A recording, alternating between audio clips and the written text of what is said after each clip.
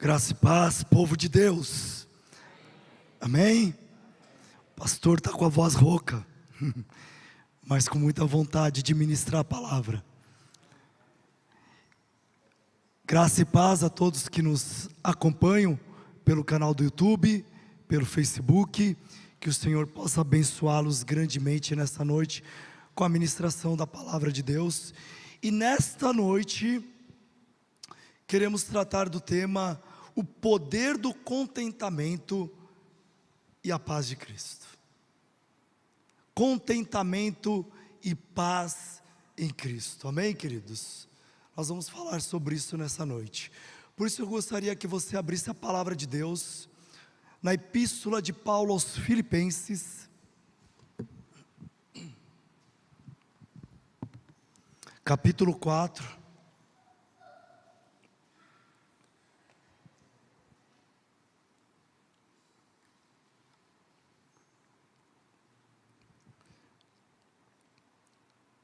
Filipenses capítulo 4,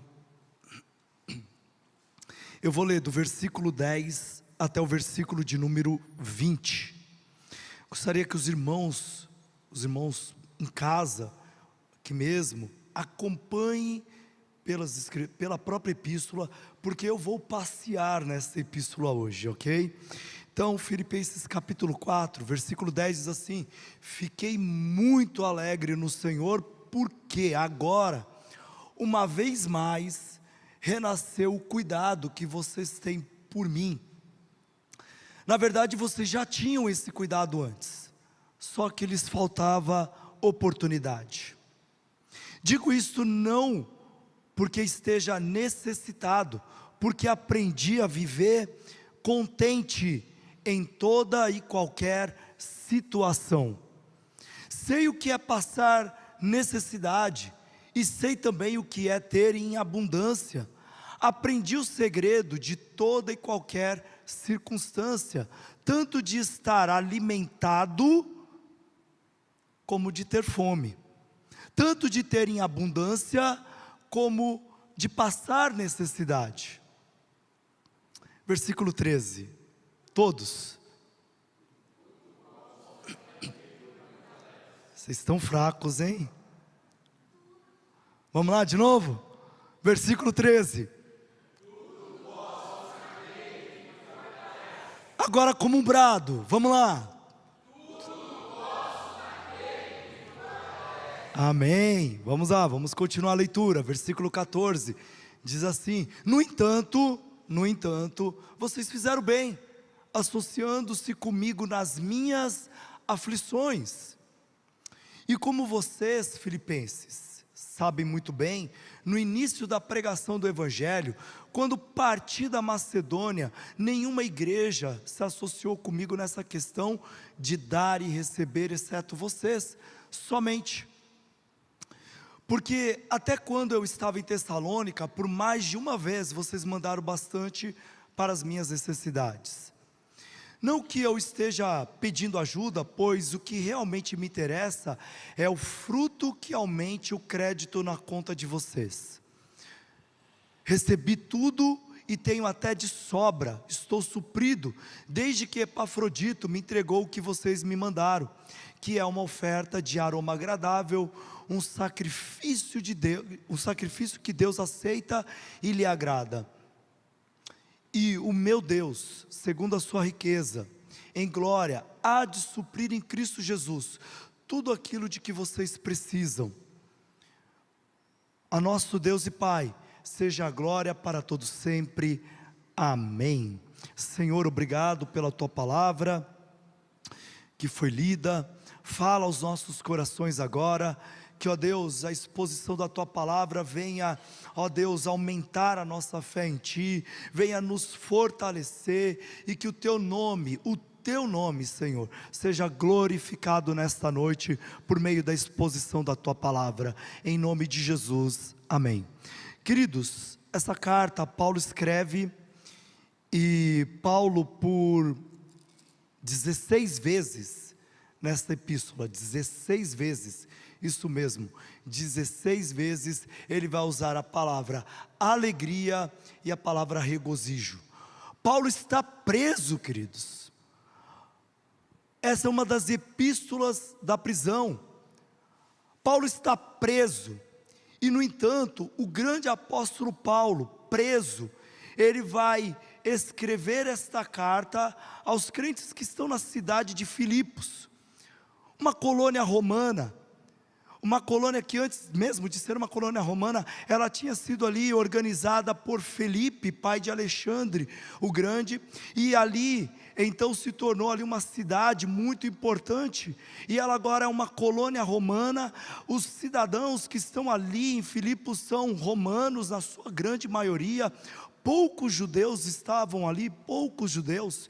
Tanto isso é verdade, que quando nós olhamos para o relato de Atos capítulo 16, Paulo chega na cidade de Filipos, e chegando ali, assim como era de costume, Paulo, nós podemos ver isso em Atos dos Apóstolos, todas as vezes que ele chegava a uma cidade, Paulo buscava uma sinagoga, para então ali ministrar a palavra de Deus. Mas a cidade de Filipos, diz a palavra de Deus, que Paulo foi a um local de oração, próximo a um rio, e ali ele encontra então uma mulher, e então a palavra de Deus diz que os ouvidos dela, os seus olhos foram abertos, para que ela pudesse então ouvir a palavra de Deus, e ela se converte então ao Senhor, uma vendedora de púrpura. E logo depois, muitos dias, Paulo vai àquele local, para orar, para ministrar a palavra de Deus, e diz a palavra de Deus que uma jovem com espírito maligno, ela clamava ali todos os dias: estes que estão indo são servos do Deus Altíssimo. Mas Paulo, indignado, volta-se contra aquele espírito, expulsa aquele espírito, e vem dos seus senhores, que o seu recurso, o seu ganha-pão havia cessado, porque Paulo havia expulso daquela menina. Enfureceram-se, pegaram Paulo, o prenderam, levaram para o cárcere, o humilharam, colocaram os seus pés sobre um tronco, e por volta da meia-noite, diz a palavra de Deus, que Paulo e Silas murmuravam diante de Deus, dizendo: que ganhei eu, Senhor?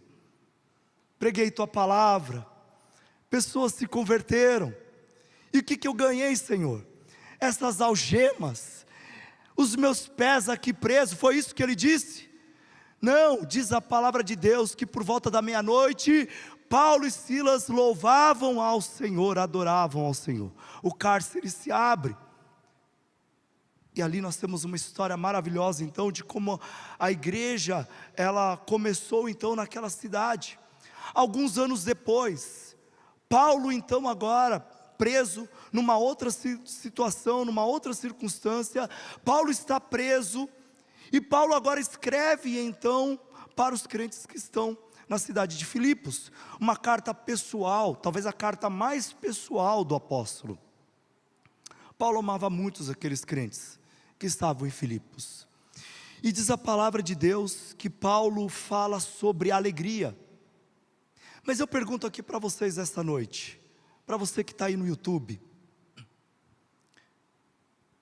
de onde vem esse contentamento? De onde vem essa mentalidade? De onde vem esse sentimento, se é que podemos dizer assim? De onde vem essa estrutura ou essa condição psicológica do apóstolo Paulo em relação ao seu estado? Ou seja, um homem que está preso, mas que fala de alegria, um homem que está preso, mas que fala de contentamento. De onde vem isso? De onde vem este estado do apóstolo Paulo? Muito bem, os irmãos aqui sabem, a maioria sabe, que além de pastor aqui, eu também sou professor de publicidade e propaganda.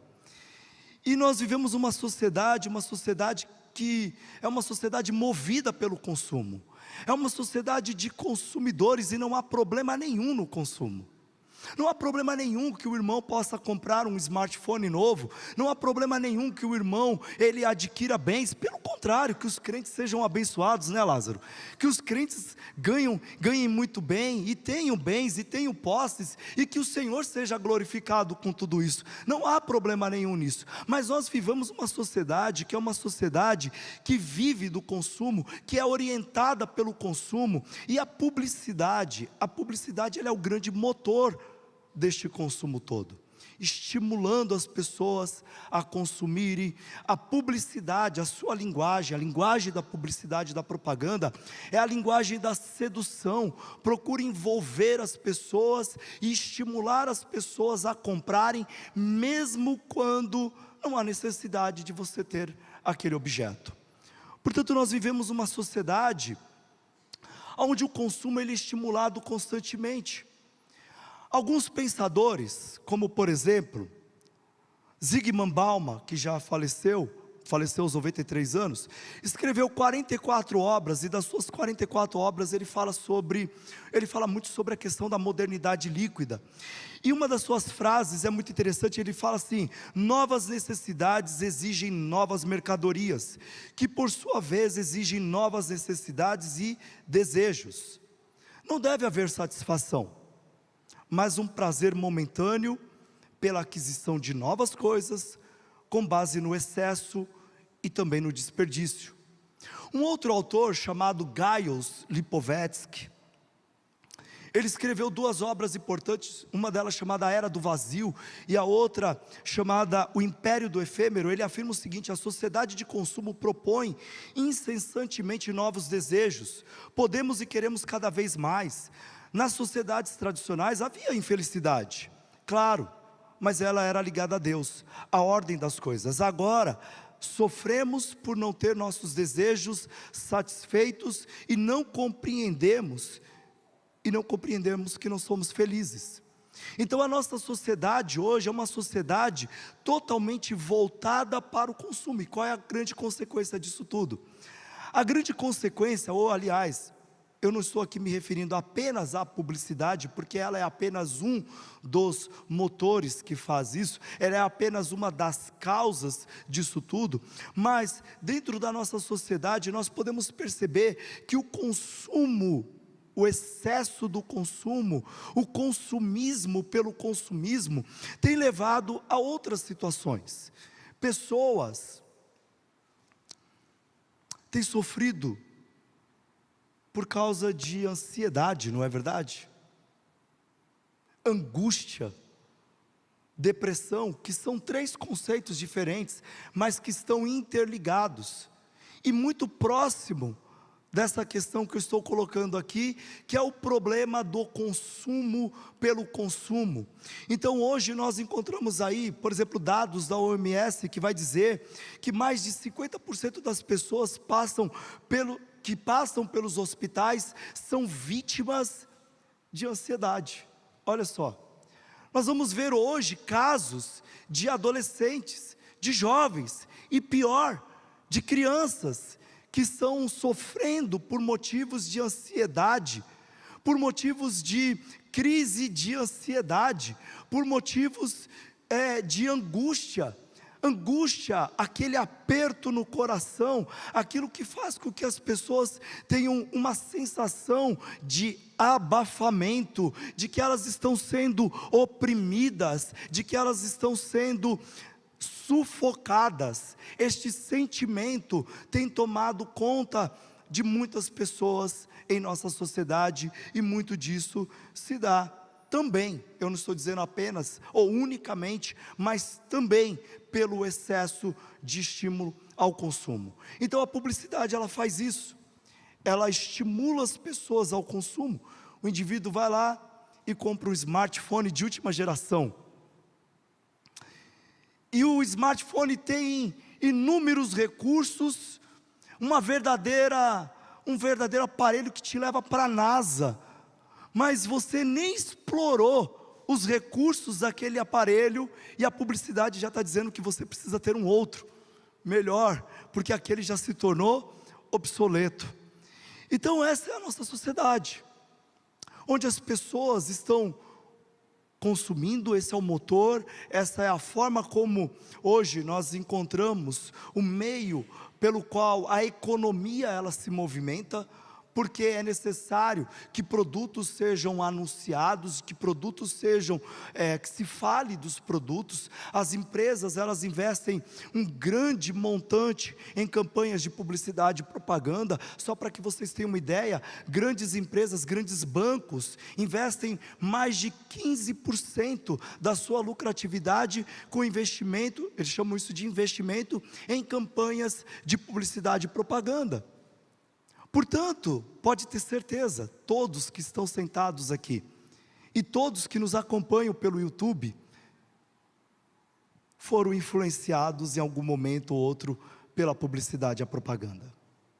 E muitos acham que a vida, ela pode ser exatamente como numa campanha de publicidade e propaganda, aqueles 30 segundos, onde o indivíduo, você pega lá uma campanha de publicidade e propaganda, o indivíduo ele acorda, o cabelo dele está impecável, o cabelo da esposa está impecável, é tudo lindo, maravilhoso, límpido, limpinho, todo mundo senta à mesa de forma educada, está todo mundo sorrindo, feliz, todo mundo alegre, porque todo mundo vai comer Doriana naquele dia.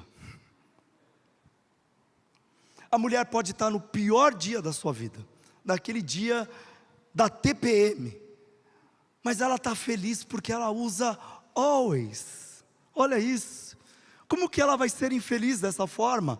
Então, na campanha de publicidade e propaganda, as pessoas são felizes, as pessoas são alegres, só que não, porque a realidade da nossa sociedade, ela mostra exatamente um outro contexto. E nós queremos entender como que o cristão hoje, o cristão que lê, por exemplo, uma carta como essa, o cristão que se depara com uma carta como essa, e lê o grande apóstolo, o apóstolo Paulo, dizer que teve fome, ele teve fome, Lázaro, que passou necessidade, que ele sabe o que é passar necessidade, que ele sabe o que é ter dificuldades, e aí nós olhamos para isso e ficamos pensando, e pensando como a palavra de Deus, ela pode nos desafiar, como a palavra de Deus, ela pode nos exortar, como a palavra de Deus, ela pode nos orientar, em relação a uma sociedade como a nossa, onde as pessoas entendem que a única forma de ser feliz é consumindo um novo produto. Como esse texto pode nos ensinar? Como esse texto pode nos ajudar? Nós temos algumas lições aqui que são extremamente importantes dentro desse contexto. Mas antes de mais nada, voltamos ao apóstolo Paulo. Ele está preso, lembra disso? Ele está preso. Paulo, não somente ele está preso, mas muito provavelmente quando ele escreveu essa carta, o seu veredito já havia sido dado. Paulo estava prestes a morrer por causa do evangelho, pela pregação da palavra de Deus. Paulo poderia se gabar em muitas coisas, Paulo poderia ser um homem que poderia dizer, ele mesmo fala aqui nessa epístola, olha, são eles judeus, eu muito mais, circuncidado ao 8º dia, hebreu de hebreus, quanto à lei fariseu, quanto ao zelo perseguidor da igreja. Paulo poderia ter status na sua época, Paulo era um homem promissor na sua época, ele poderia ter grande sucesso dentro do seu meio, ele poderia fazer grandes coisas, ele poderia ser uma grande referência, mas Paulo diz nessa epístola, que ele considerou tudo isso como nada, para que ele pudesse ganhar a Cristo. E como então nós compreendemos isso? Como entender essa mentalidade? E não somente isso, queridos, como essa pode ser a nossa mentalidade hoje, século 21, como que essa pode ser a minha mentalidade e a sua mentalidade? Como é que nós podemos andar dessa forma? Como é que nós podemos caminhar em Cristo Jesus, não olhando para as coisas que vemos, mas para as coisas que não vemos? Como andar neste mundo, nessa sociedade que nos estimula o tempo todo a ter, possuir, uma sociedade competitiva? Como que nós podemos ter uma mentalidade cristã? Então vão aí 3 lições para todos nós nessa noite. Primeiro, quando nós estamos falando de contentamento, nós estamos falando de algo que é suficiente, que é apropriado, que é adequado para todos nós. E a primeira lição que nós temos é: o contentamento vem da força de Deus. Queridos, ninguém aqui vai conseguir viver nesta sociedade com o contentamento que a palavra de Deus nos ensina, pelas suas próprias forças, porque você é bonzinho, porque você faz, porque você toma decisões. Paulo diz: tudo posso naquele que me fortalece. Quem fortalece Paulo? É Deus. Paulo, nessa epístola, o tempo todo, ele vai fazer referência à forma Cristo é extremamente importante para ele, para o seu pensamento, para a sua caminhada cristã. É Deus quem está fortalecendo Paulo. Ele diz assim: alegrei-me sobremaneira no Senhor. Por quê? Agora, uma vez mais, renovastes a meu favor o vosso cuidado, o qual também já tinhais antes, mas vos faltava oportunidade. Digo isso não por causa da pobreza, porque aprendi a viver contente. A palavra contente no grego aqui é autarquês, que significa suficiência mesmo, ou ainda que os nossos recursos eles sejam limitados. Ainda que meus recursos sejam limitados, Deus é tudo para mim. Deixa eu só fazer aqui um parênteses bem rápido. Ontem, quando eu citava aqui no Salmo 148, o teólogo John MacArthur, ele diz o seguinte, que a nossa vida, ela deve ser uma vida de adoração, de louvor, de gratidão a Deus. E que não fazer isso, John MacArthur vai dizer o seguinte, que não fazer isso é a maior afronta contra o Criador. Quando nós olhamos para essa passagem, nós precisamos entender que a nossa vida, seja na riqueza, seja na pobreza, seja nos momentos mais felizes, ou nos momentos mais difíceis, a nossa alegria vem do Senhor. A nossa alegria é Cristo, e Ele é suficiente para as nossas vidas, para a nossa alma. Cristo é suficiente para tudo aquilo que nós precisamos fazer, realizar, produzir. Não há nada mais importante, querido. Se você acorda pela manhã e você não tem consciência de que Cristo é tudo na sua vida, você está afrontando o Criador, porque nós nascemos para glorificar a Deus em todas as coisas. E essa epístola está mostrando isso. Suficiência. O contentamento não vem da própria força de Paulo. Pelo contrário, Paulo não tem forças. Provavelmente Paulo, por muitas vezes, talvez tenha se sentido entristecido, abatido. Por muitas vezes será que Paulo estava suficientemente acomodado dentro de uma prisão, dentro de um calabouço? Provavelmente não. Mas Paulo olha para o alto, Paulo não olha para as coisas que estão aqui, e por isso ele dá esse brado: tudo posso naquele que me fortalece. Para muitos hoje, tudo posso naquele que me fortalece. Tudo posso ter um smartphone, posso ter um carro de 300 mil reais, posso ter um televisor de última geração, e não é isso que a palavra está dizendo aqui. A palavra está falando aqui sobre vida cristã, sobre caminhada com Cristo, sobre os sofrimentos que nós temos na caminhada cristã, sobre os sofrimentos que nós passamos por causa de Cristo Jesus. No capítulo 1, versículo 29, Paulo vai dizer o seguinte: porque vos foi dada a graça, não somente de credes, mas também de sofreres por Cristo Jesus. No entanto, queridos, eu chamo a atenção de vocês aqui para uma outra questão. Em Lucas capítulo 12, o Senhor, Ele narra a seguinte parábola, né? Então lhes recomendou: tende cuidado e guardai-vos de toda e qualquer avareza, porque a vida de um homem não consiste na abundância dos bens que possui. E lhes proferiu ainda uma outra parábola, dizendo: o campo de um homem rico produziu com abundância. E arrazoava consigo mesmo, dizendo: que farei? pois não tenho onde recolher os meus frutos. E disse: fazei isto, destruirei os meus celeiros, reconstruirei eles maiores, e aí recolherei todo o meu produto e todos os meus bens. Então direi à minha alma: tens em depósito muitos bens para muitos anos, descansa, come, bebe, regala-te. Talvez muitos gostariam de estar na posição deste homem. Talvez muitos gostariam de dizer: olha, a minha casa está cheia, olha, eu posso viver muitos anos porque não tem problema nenhum.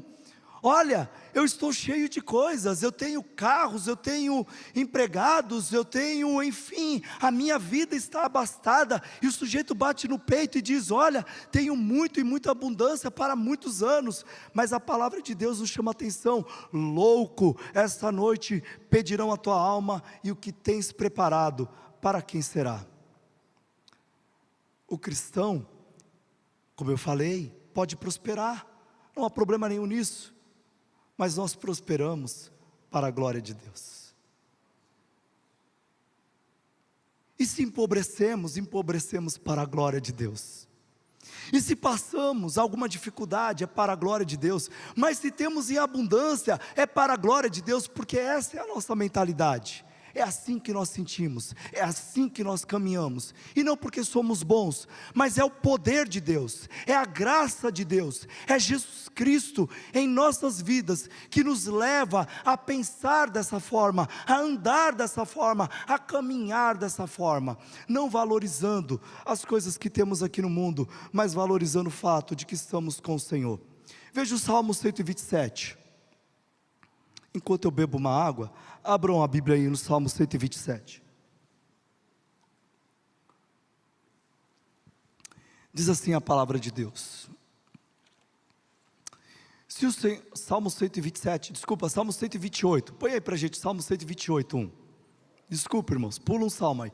Bem-aventurado aquele que teme o Senhor e anda nos seus caminhos.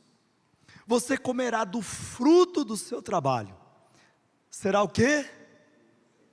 Será o quê, queridos? Feliz, e tudo irá bem com você. Essa é a verdadeira prosperidade. Sua esposa no interior de sua casa será como a videira frutífera, seus filhos serão como rebentos da oliveira ao redor da sua mesa. Essa é a prosperidade que o Senhor tem para o homem que teme ao Senhor. Então não tem problema nenhum em prosperar, não tem problema nenhum em crescer, não tem problema nenhum em ter bens, mas o que não pode acontecer é que os nossos corações sejam avarentos, idólatras. Pelo contrário, e aí pela força e pelo poder de Cristo Jesus, nós vivemos essa vida para a glória de Deus. Segunda lição, o contentamento que Paulo fala aqui, o contentamento o qual ele se refere aqui nessa epístola, vem do fato de que Paulo tem na sua mente e no seu coração, na sua alma, muito claro o fato de que Jesus ressuscitou dentre os mortos. Então o contentamento vem da certeza da ressurreição. Paulo vai nos referir aqui nessa epístola dizendo o seguinte: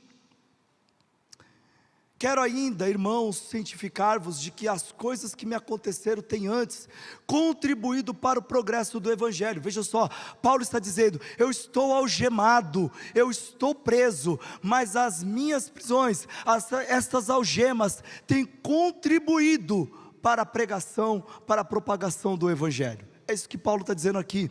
E ele diz o seguinte: tenho antes de tudo contribuído para o progresso do Evangelho, de maneira que as minhas cadeias em Cristo se tornaram conhecidas de toda a guarda pretoriana e de todos os demais. E a maioria dos irmãos, estimulados do Senhor por minhas algemas, ousaram falar com mais desassombro a palavra de Deus. Esse versículo 12, ele está ligado ao versículo 19, que diz o seguinte: porque estou certo de que isso mesmo, pela vossa súplica e pela provisão do Espírito de Jesus Cristo, me redundará em libertação. A palavra sotéria aqui, ela diz respeito à salvação, à libertação, mas Paulo não está falando da libertação sua, da prisão. Paulo não está falando que ele tem expectativa de que ele vai sair daquela prisão. Não é isso que Paulo está falando. Paulo está falando da salvação da sua alma. O versículo 20 vai dizer: segundo a minha ardente expectativa e esperança, de que em nada serei envergonhado, antes, com toda a ousadia, como sempre, também agora, será Cristo engrandecido no meu corpo, quer pela vida, quer pela morte, porquanto para mim, o viver é Cristo. Ele está contente, ele está satisfeito. Queridos, é possível chegar a este nível de contentamento? Para mim, o viver é Cristo. Acordo pela manhã, para mim o viver é Cristo. Chega ao meio-dia na hora do almoço, para mim o viver é Cristo. Na hora de dormir, para mim o viver é Cristo. Isto é viver para a glória de Deus, com a certeza de que Cristo ressuscitou e está conosco, está entre nós, de que a ressurreição dele é real, que Cristo tem nos abençoado. Paulo tem essa certeza, ele dizia: o morrer é lucro. De onde vem essa convicção do contentamento? Vem da ressurreição. Paulo diz aqui: estou plenamente certo de que aquele que começou a boa obra em vós, há de completá-la até o dia de Cristo Jesus. E ele continua: sim, deveras considero tudo como perda, por causa da sublimidade do conhecimento de Jesus Cristo, meu Senhor, por amor do qual perdi todas as coisas e as considero como refúgio para ganhar a Cristo, e ser achado nele, não tendo justiça própria, que procede da lei, sendo a que é mediante a fé em Cristo, a justiça que procede de Deus, baseada na fé, para o conhecer e o poder da sua ressurreição, e a comunhão dos sofrimentos, conformando-me com ele na sua morte. Sabe por que Paulo se sente satisfeito? Porque Paulo sabe que Jesus está vivo. Queridos, hoje, muitos correndo atrás de muitas coisas, perdidos, entendendo que a vida, ela se limita então ao nosso cotidiano, às coisas que nós estamos vendo, já não vivem mais como se Cristo estivesse vivo. Então a vida, ela se torna pobre, a vida ela se torna obsoleta, a vida ela vai sendo passageira de fato e sem sentido, e as pessoas então elas vão se perdendo na sua ansiedade, na sua depressão, na sua angústia, vão se perdendo nos seus próprios conceitos a respeito do que é o mundo, do que é a vida, porque vivem como se Cristo não tivesse ressuscitado. Mas Paulo nos desafia nessa epístola a vivermos com a mesma mentalidade que ele tem, ou seja, com a convicção de que Cristo está entre nós, de que ele vive e de que ele tem nos abençoado todos os dias. Outro texto importante que Paulo vai referir-se à ressurreição, Paulo diz o seguinte: e se Cristo não ressuscitou, lá em 1 Coríntios 15, se Cristo não ressuscitou, é vã a vossa pregação, e vã a vossa fé. Em outras palavras, Paulo está dizendo: nós somos mentirosos, porque nós estamos falando que Cristo ressuscitou, quando na verdade a nossa vida, as nossas atitudes e tudo aquilo que nós estamos fazendo, está dizendo que Ele não ressuscitou. E ele diz aqui: porque se os mortos não ressuscitam, também Cristo não ressuscitou, e se Cristo não ressuscitou, é vã a vossa fé, e ainda permanecei nos vossos pecados. E ainda mais, os que dormiram em Cristo pereceram. Se a nossa esperança em Cristo se limita a esta vida, somos os mais infelizes de todos os homens. E no versículo 32 ele vai dizer que em Éfeso: eu lutei com feras, e daí que eu lutei com feras, que me adianta isso? Comamos e bebamos, porque amanhã morreremos. É assim, gente, que numa sociedade de consumo as pessoas estão vivendo. É assim que pessoas estimuladas pela publicidade, é assim que pessoas que acham que a vida se limita ao consumo, que a vida se limita a um estímulo que vem ali de uma campanha de publicidade e propaganda. Há pessoas que dizem, e eu já ouvi isso, a pessoa dizer: eu só vou ser feliz quando eu tiver tal coisa. Há pessoas que passam horas para poder conseguir um determinado produto novo que vai ser lançado. Há pessoas que acham que só podem de fato encontrar paz na sua vida, no seu coração, quando elas estão consumindo algo, quando elas vão a um shopping, quando elas compram alguma coisa, elas encontram paz. Comamos e bebamos, porque amanhã morreremos. Que o mundo viva assim, queridos. Eu entendo, eles não têm a palavra, eles não têm o Espírito Santo. Mas ver cristãos vivendo dessa forma é constrangedor. É constrangedor. Porque nós somos desafiados a viver contentes, porque nós temos a certeza de que Cristo vive. Deixa eu falar uma coisa aqui para vocês. Esse aqui é o bairro da Penha, não é? Fica na Zona Leste, não fica? E o Senhor do Universo, Jesus Cristo, Ele está aqui conosco. Ele está entre nós. Ele habita entre nós. Sua palavra arde em nossos corações.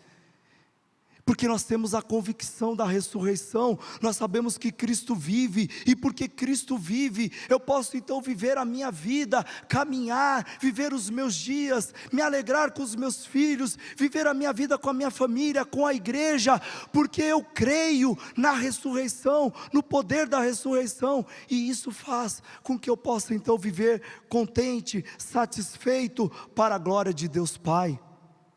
Queridos, é lamentável que muitos cristãos hoje já tenham sucumbido pelo momento do consumo, pelas ideias da publicidade e da propaganda.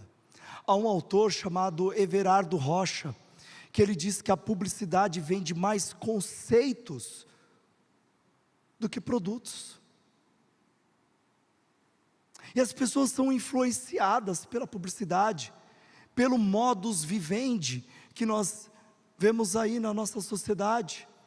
E por isso, como eu disse aqui para os irmãos, tanta competitividade, tanta ansiedade por nada, tanta angústia por nada, tanto medo por nada, tanta perdição por nada. Mas nós cremos na maior riqueza: Jesus ressuscitou e está entre nós. Isso nos faz viver uma vida diferente, nos faz viver uma vida para a glória de Deus, nos faz entender que tudo que nós possuímos veio do Senhor, que tudo que tenho, que tudo que Deus coloca em minhas mãos, seja o carro, seja as riquezas, ou mesmo seja a pobreza, como Paulo está dizendo nesse texto, tudo veio do Senhor e é para a glória de Deus. Terceira lição. A primeira lição então, o poder de Deus. É possível viver nessa sociedade, contente, satisfeito, glorificando a Deus, louvando a Deus, adorando a Deus, servindo ao Senhor, porque isso vem dEle. O poder de Deus nos capacita todos os dias a vivermos dessa forma. Segundo, porque nós cremos na ressurreição, Cristo vive, e porque nós cremos na ressurreição, nós vivemos de uma forma diferente como o mundo vive, nós vivemos para a glória de Deus. E terceiro, aí meus queridos, se nós temos o poder de Deus sobre as nossas vidas, e se nós caminhamos olhando para a ressurreição de Cristo, o que vem sobre os nossos corações? A paz de Cristo. Eu comecei essa mensagem falando sobre o quê? A inquietação dos homens, estimulados pelo consumo, pela publicidade. Em publicidade, quando nós estamos treinando os nossos alunos a fazer uma redação, eles precisam fazer uma redação que venha seduzir, essa é a palavra, sedução, porque a linguagem da publicidade é a linguagem da sedução. Então precisa envolver as pessoas, precisa cativar. Você precisa sentir o desejo de estar lá naquele comercial de Doriana. Você precisa sentir o desejo de ser como aquela mulher que acorda pela manhã saltitando porque está usando Always. Você precisa ser aquele homem que anda com, olha, a minha vida é feliz porque eu tenho um carro de 300 mil reais. Não, gente, a palavra de Deus aqui, ela está nos apontando para outro rumo, para outro caminho, para uma outra situação. A paz, ela vem de Cristo. O capítulo 4, Paulo vai dizer: alegrai-vos sempre no Senhor. Outra vez digo, alegrai-vos. Seja a vossa moderação conhecida de todos os homens. Perto está o Senhor. Não andeis ansiosos de coisa alguma, em tudo, porém, sejam conhecidas diante de Deus as vossas petições, pela oração e pela súplica. Com quê? Com ações de graças. Com ações de graças, querido. Não andeis ansiosos por coisa alguma. As pessoas estão doentes, estão perdidas. As pessoas, elas estão incomodadas, elas estão totalmente perdidas nos seus próprios conceitos. Numa sociedade materialista, numa sociedade que eu vou deixar bem claro aqui para os irmãos: todos que andam dessa forma, todos que caminham dessa forma, na verdade caminham como verdadeiros ateus, ou caminham dessa forma como idólatras, porque na verdade confiam em coisas, confiam que só podem ser felizes dessa maneira. E Paulo está dizendo: não andeis ansiosos por coisa alguma. Paulo escreve essa epístola de uma forma muito carinhosa, pessoal. Esse capítulo 4, a partir do versículo 10, Paulo está agradecendo aos filipenses por causa de um donativo. Olha isso, que maravilhoso. Paulo está agradecendo a eles, e Paulo está dizendo para eles: porque vocês, ó filipenses, quiseram fazer isso não somente uma vez, mas fizeram isso outras vezes. E eu me alegro aqui, porque eu estou recebendo. Imagina, Paulo está preso, e Paulo está feliz, porque está recebendo um donativo dos filipenses. Paulo está alegre. Ele poderia naquele momento dizer: olha, eu gostaria que essas cadeias se desfizessem, eu gostaria de sair daqui e cumprir com aqueles planos que eu tinha, quando eu me referia aos romanos, que eu gostaria de ir para Roma, de Roma ir para a Espanha, gostaria de viajar o mundo, gostaria de fazer tantas coisas. Mas Paulo está dizendo nessa epístola: eu estou contente, eu estou feliz, eu estou alegre, porque eu recebi de vocês, ó filipenses, mais uma vez, um donativo. Amém, queridos? A nossa alegria está, e a paz, ela vem de Cristo. A mente de Paulo, ela está segura, ela tem paz, ela é próspera, ela é saudável. Por que a mente de Paulo é saudável? Porque está em Cristo.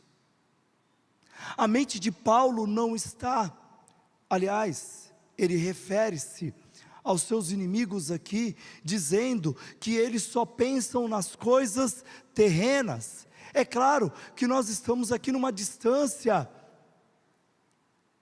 Nós estamos falando de Paulo lá no primeiro século, nós estamos falando aqui de um comportamento do homem no século 21, mas nós estamos falando de um homem que é desafiado pela palavra de Deus a viver segundo a palavra de Deus, não preso nos seus conceitos ou em idolatrias, mas voltado para Cristo Jesus. Jesus está dizendo para você, meu irmão e minha irmã, Jesus está dizendo para todos que hoje estão angustiados, ansiosos, doentes, abatidos, Jesus está dizendo hoje para todos: vinde a mim, todos vós que estáis cansados e sobrecarregados, tomai sobre vós o meu jugo e aprendei de mim, que sou manso e humilde de coração, e encontrareis descanso para as vossas almas.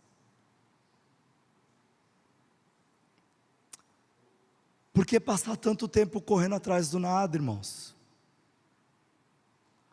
Por que passar tanto tempo correndo atrás de coisas obsoletas? Nós temos a maior riqueza de todas. Nós temos a salvação em Cristo Jesus, e por isso Paulo diz aqui em Filipenses, nesse capítulo 4, ele diz assim, todavia fizestes bem associando-vos à minha tribulação. Veja, ele não está dizendo que não está passando por tribulação. Aliás, Paulo cita sim a palavra tristeza nessa epístola, quando ele vai referir-se a Epafrodito, que ficou doente, mas Paulo está dizendo sobre a sua alegria, está compartilhando a sua alegria de ser um servo do Senhor, de ser servo de Cristo Jesus. Queridos, nós vivemos sim numa sociedade de consumo.